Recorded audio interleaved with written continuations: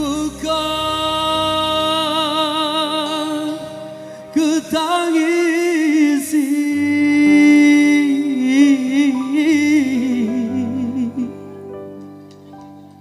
perpisahan ini.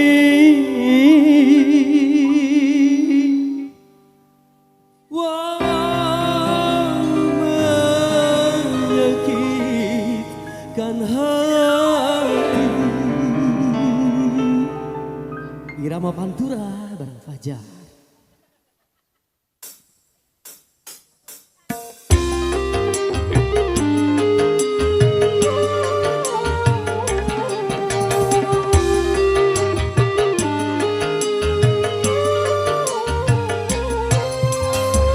Mungkin lebih baik aku buta selamanya daripada nanti kedua mataku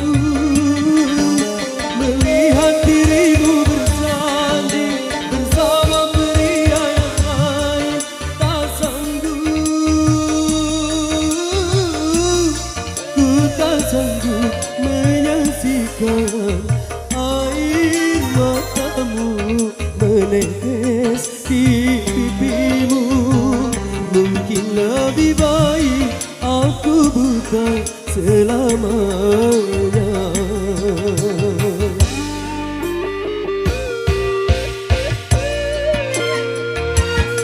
Ayo sini boleh? Sini. Apa-apa.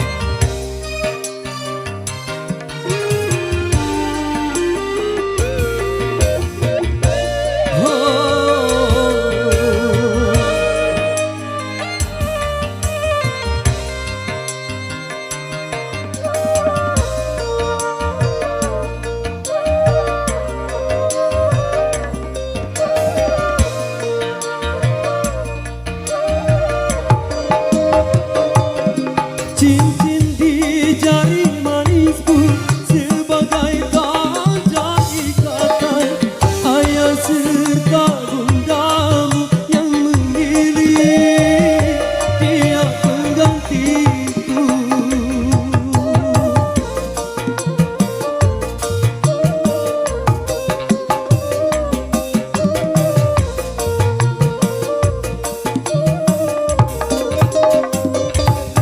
Jabatlah tanganku ini sebelum kita berpisah. Biarlah aku bawa sisa cinta bersama lukaku. Gagal harapanku untuk memiliki dirimu yang selalu ku impikan. Mungkin lebih baik aku buta selamanya. Masih bareng Irama Pantura.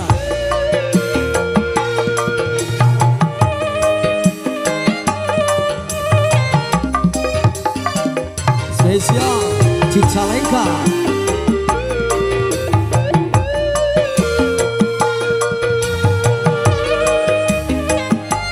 Ricky, hey, Fajar.